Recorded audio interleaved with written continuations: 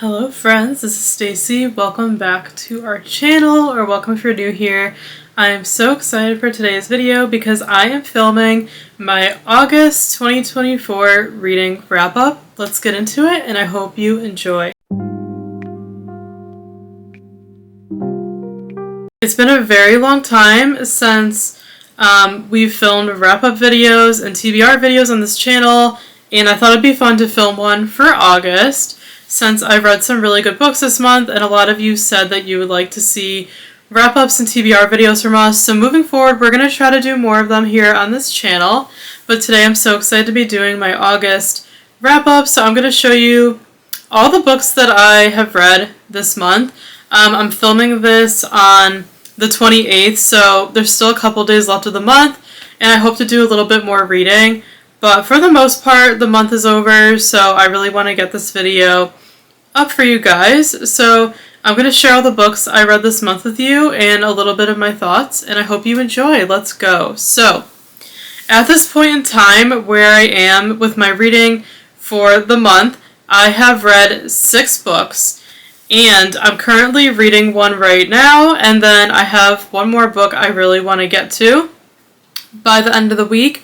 I'm a pretty quick reader, so I should be able to. And I will put the pictures up on the screen here, since I don't have these books to show you because I've either read the physical copies or gotten rid of them. Read the copies and gotten rid of them, or I've just pretty much read them on my Kindle. So I will put the pictures on the screen. But the first book I read this month was a cozy mystery called Deja Vu. This is the 3rd book in the Perfectly Proper Paranormal series by Kristen Weiss, and this is one of my favorite cozy mystery series. I read the first one, The Perfectly Proper Paranormal Museum, last fall, and I absolutely loved it. And then I found the 2nd and the 3rd one in Little Free Libraries this year, so I read the 2nd one months ago and loved it. So I just read the 3rd one, Deja Vu, this month, and I absolutely loved it. I'm pretty sure I gave it 5 stars. It's just such a cozy series.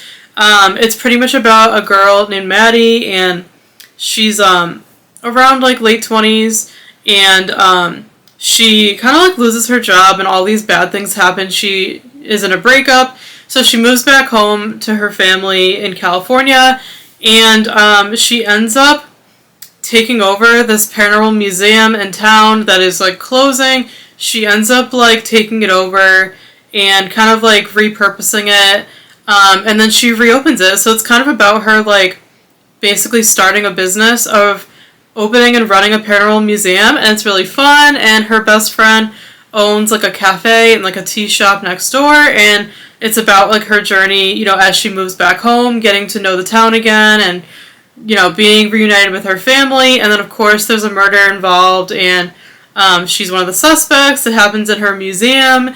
So it's really good. It's such a fun series for fall. I highly recommend reading it in the fall, spooky, cozy months, because it's that kind of series. There's a cat in it.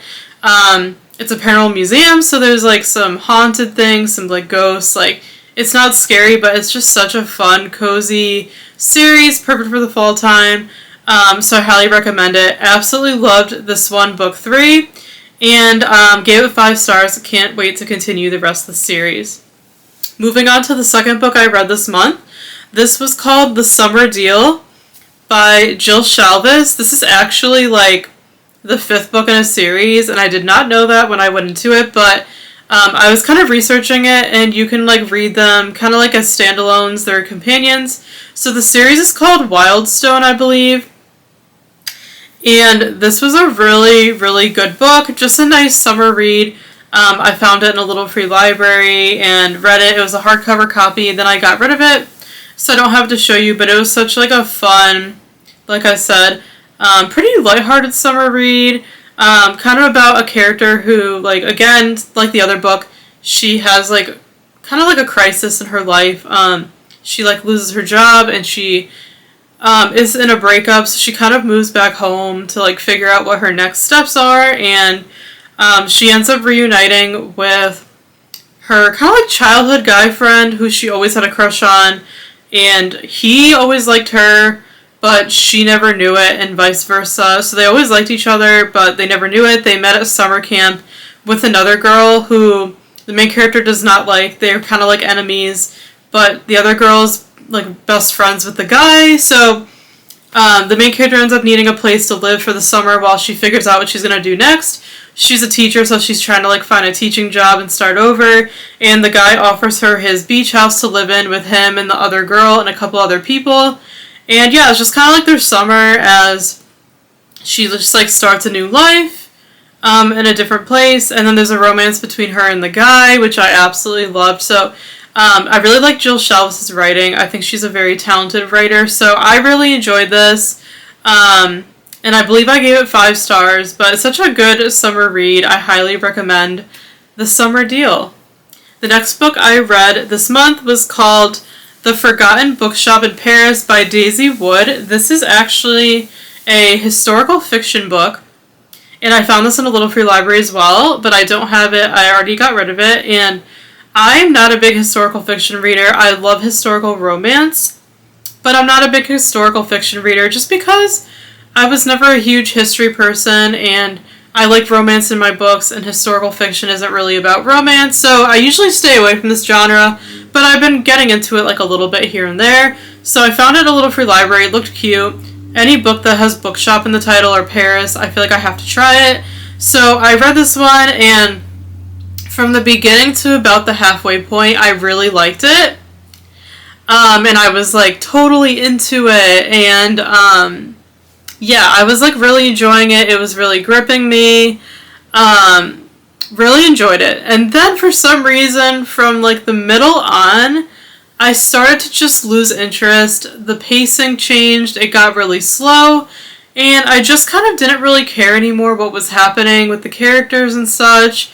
I don't know what happened. Something just changed for me where it just kind of reminded me of why I don't read historical fiction. So this one wasn't for me. So I kind of like skimmed through the rest of it because I just lost interest in it. So if you're a historical fiction person, you'll probably love this, but it just wasn't for me. I gave it 3 stars. So it wasn't bad, but wasn't great for me. But again, it's not a genre I really read much. So, like, I'm not really surprised by how I felt about it, but yeah, it was pretty much about, like, a husband and wife, and they're living during, I believe it's World War II times, very difficult, and, you know, it's set in historical times, and in Paris, and they kind of take over an old bookshop, and they're just, like, struggling with what's going on in the world and things like that. And their marriage is kind of struggling, so it just wasn't really my cup of tea, but if you like historical fiction, you might like this one. The next one I read was another cozy mystery. I've been in such a cozy mystery mood since I love them, and I have a bunch, so I'm always looking for new ones. This one was called Murder at the Beacon Bake Shop by Darcy Hannah. This is the first book in the Beacon Bake Shop mystery, so it's a brand new series I've never read before. And this one was super fun. I think I had this one. I borrowed it from Prime Reading. If you have an Amazon Prime membership, you can borrow free books for your Kindle. So I actually borrowed it from Amazon for my Kindle, and then I gave it back when I was done, kind of like the library. This one I really enjoyed. It was so much fun. It was about a woman later in age. She had a really successful career in New York City. But then she wants to, like, start over. She goes through a bad breakup with her ex, who's, like, a celebrity chef. And she wants to start over, so she moves to Michigan. And she buys this old historical lighthouse that the town was selling. And she ends up, like, restoring it and turning it into a bake shop because she loves baking, and it was always her dream to be a baker. So she restores it, turns it into a bake shop. So it's kind of like her journey, again, starting and running that business, and kind of like starting a new life in the new town. And there's an amazing guy in the story who she kind of has like a little romance with, and I think they had great chemistry. And of course, a murder happens in her bake shop on opening day, and they're trying to figure out who did it and all of that, like your typical cozy mystery. I absolutely loved this one. I gave it 5 stars. And yeah, it's a brand new series for me. It's the first book in a series. I've had this on my TBR for a while, so I'm really glad I read it, and I really, really enjoyed it. It was so much fun. Kept me engaged the entire time. Love the characters, love the setting. Highly recommend this one. After this, I went back to romance, and then the next one I read was The Summer of Broken Rules by K.L. Walther. This one was really big. I want to say last summer. I saw a bunch of people reading it because I think it came out like pretty in the past few years, and it's supposed to be kind of like your fun like summer romance book. I love the cover, so I've been wanting to read this one. I heard like mixed things, but I feel like for the most part people enjoyed it, so it always kind of intrigued me, so I wanted to read it this month. So I believe I borrowed this one from Prime Reading as well, from Amazon. I think it was available with Prime Reading, so I actually just borrowed it for free on my Kindle and then returned it when I was done. And this one I really enjoyed. I gave this one 4 stars. I really liked the setting and the characters. It takes place in Martha's Vineyard, and it's about the main character's family goes to Martha's Vineyard every summer, and her cousin's getting married, so they go back there for the wedding. And the main character lost her sister not that long ago, so she's trying to come to terms with her death. And she just went through a breakup, so she's kind of like navigating these things during the summer as she goes back to Martha's Vineyard with her family for her cousin's wedding. And then she meets a guy, and there's like a romance in there, and there's a really fun plot where like the whole family plays assassin and stuff like that. So I really like the setting and the characters. It was very unique in how it was done. I really liked the love interests because they were kind of like friends first. They met in a more like casual way.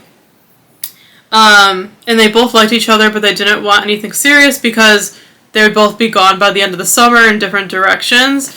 But it wasn't just like a fling, like they weren't just hooking up or anything like that, which I liked about it. Like they actually like got to know each other and did things together, so I really liked it. I really liked the guy. I thought he was a great character, and the main character was also very relatable, so I really liked this one. I didn't give it 5 stars, I gave it 4, which means I really liked it, but I didn't love it. 5 stars means I loved it, 4 is I really liked it, so I gave this one 4, just because there was just something missing for me that I couldn't give it a 5 star. I don't know what it was, I really enjoyed it, but something was missing. And I think like the assassin plot in the book, I thought it was really fun and unique, but honestly like I wasn't too interested in it, and it kind of took up like most of the book, so I think that's part of the reason why I give it 4 stars and not 5. But other than that, I really liked this book. I thought it was a really fun summer read. It did have some dark topics about grief and things like that, but for the most part, it was pretty lighthearted and fun. So, yeah, I really enjoyed this one, and I definitely recommend it. Then the next book I read was See Me by Nicholas Sparks. I also owned this one as well, and I got it from a little free library, but I just donated it, and I actually bought the Kindle version.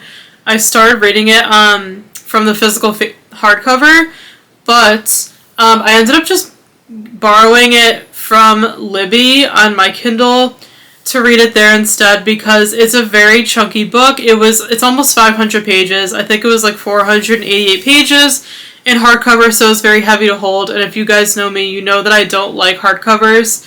So I looked for it on Libby. They actually had it available, so I decided to read it on my Kindle instead, so I didn't have to hold the chunky book. But this was the most recent book that I read from Nicholas Sparks. He's one of my all-time favorite authors. I highly recommend checking out his books. If you like clean adult romance, I love how clean his books are. Very closed door. And I just love his storytelling. His writing is like unreal. He does just the best job of developing characters and a storyline and a setting, and he just really gets you like deeply involved in the books. His books always make me cry. There's always something super like tragic or emotional that happens towards the end. So his books always make me cry. This one was no different. I gave this one 5 stars. See Me was unreal. I absolutely loved it.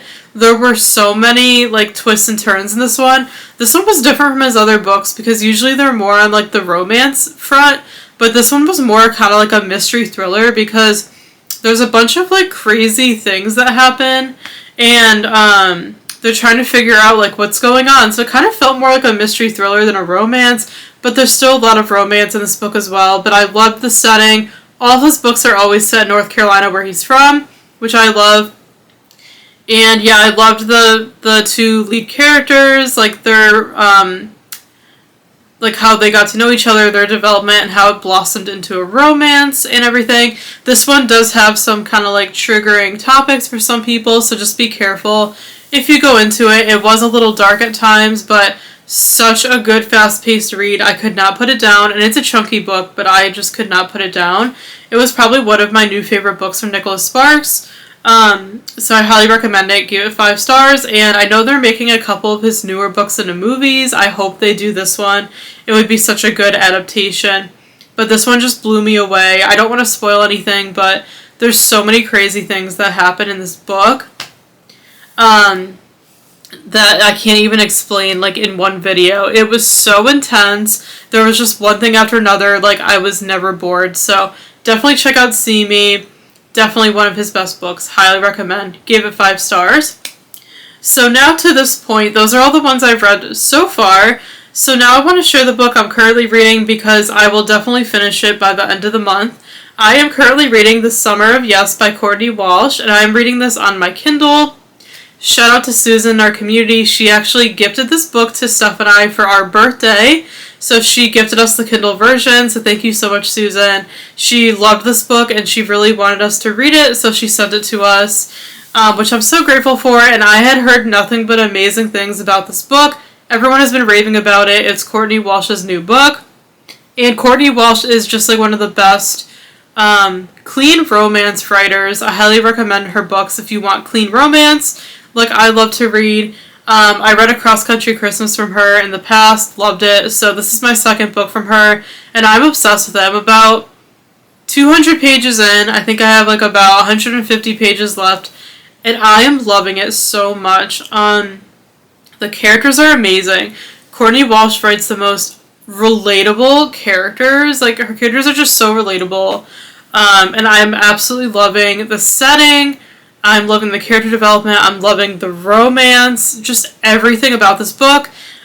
Just to give you a quick synopsis. So it's about a girl who is 32 years old, and she has a near-death experience. She gets in a really bad accident. She wakes up in the hospital and she's alive, and the doctor tells her, like, she's very lucky. She pretty much walks away, like, with no broken bones or anything, just some head trauma, but she was very lucky. And she's like an associate or assistant editor for a publishing house in New York City.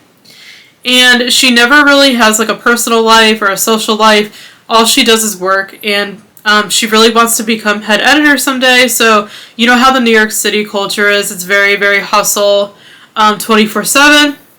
So after her accident, she kind of realizes that like she hasn't really been living, and like what has she been doing with her life, and feels like she's been wasting her life and she hasn't done anything except for work, and she doesn't even know if she still really likes her job. So just doing all those like life questioning things we tend to do when we're older, kind of almost like a midlife crisis. So she realizes there's so much she hasn't done in life that she really wants to do. So she comes up with this idea to do a summer of yes, which is where she makes a list of all the things that she's never done and she wants to do, and then she is going to say yes and do all of those things that summer. So the book takes you through her journey with another woman, as they accomplish all those things together for the summer of yes. So it's so good, it's so unique. I haven't read too many books like this, and it's so relatable. I can relate to the main character so much since I just turned 30. You know, you tend to like really reflect on your life so far when you get to 30, and I feel like there's things I haven't done yet either that I want to. So I could just relate to the story so much. And then there's a really cute romance with a male character, and I am in love with him. He's like one of my favorite male characters of all time. So I'm just loving the book. I'm trying to savor it and not read it so quickly, but it's really hard. So I'm about 200 pages in. I have about 150 pages left, and I am loving this so much. I had to share it in this video because it's going to be a 5-star read, 100%. I completely understand the hype, so I definitely recommend checking it out if you're looking for a good, clean adult romance book. I know you will love it as much as I do, but I can't wait to finish it. So I highly recommend The Summer of Yes. So that is everything I've read and am currently reading to this point in August. But I just want to share one more book that I have on my August TBR that I'm planning on also reading this week. So it will also count as August. And this one I have to show you in person. This is This Summer Will Be Different by Carly Fortune. I love this author so much. I've read both of her other books, which were Every Summer After and Meet Me at the Lake. I read those the past couple summers. This is her newest one that just came out. I bought this at a bookstore during our bachelorette trip for our sister. And I actually vlogged that trip. I'll link it above if you missed it, if you want to watch the video. But I've been wanting to read this all summer, haven't gotten to it, so I really want to make time, squeeze this in before the end of August, because once September rolls around, I am going to be starting my fall TBR, and I will be sharing that video coming soon, so stay tuned. But I really want to fit this in before August is over, and I still have a couple more days, so after I finish The Summer of Yes, I definitely plan on reading this one, and I know I'm going to love it.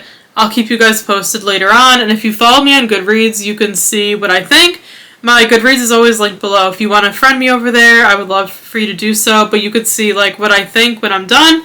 But I've loved her first two books, gave both of them 5 stars, so I feel like I'm going to love this one too. It just sounds really, really good about a vacation on a beach house and everything like that. So I'm just going to try to squeeze this in at the end of August because I really don't want this sitting on my TBR cart until next summer. So I am going to try to squeeze this in.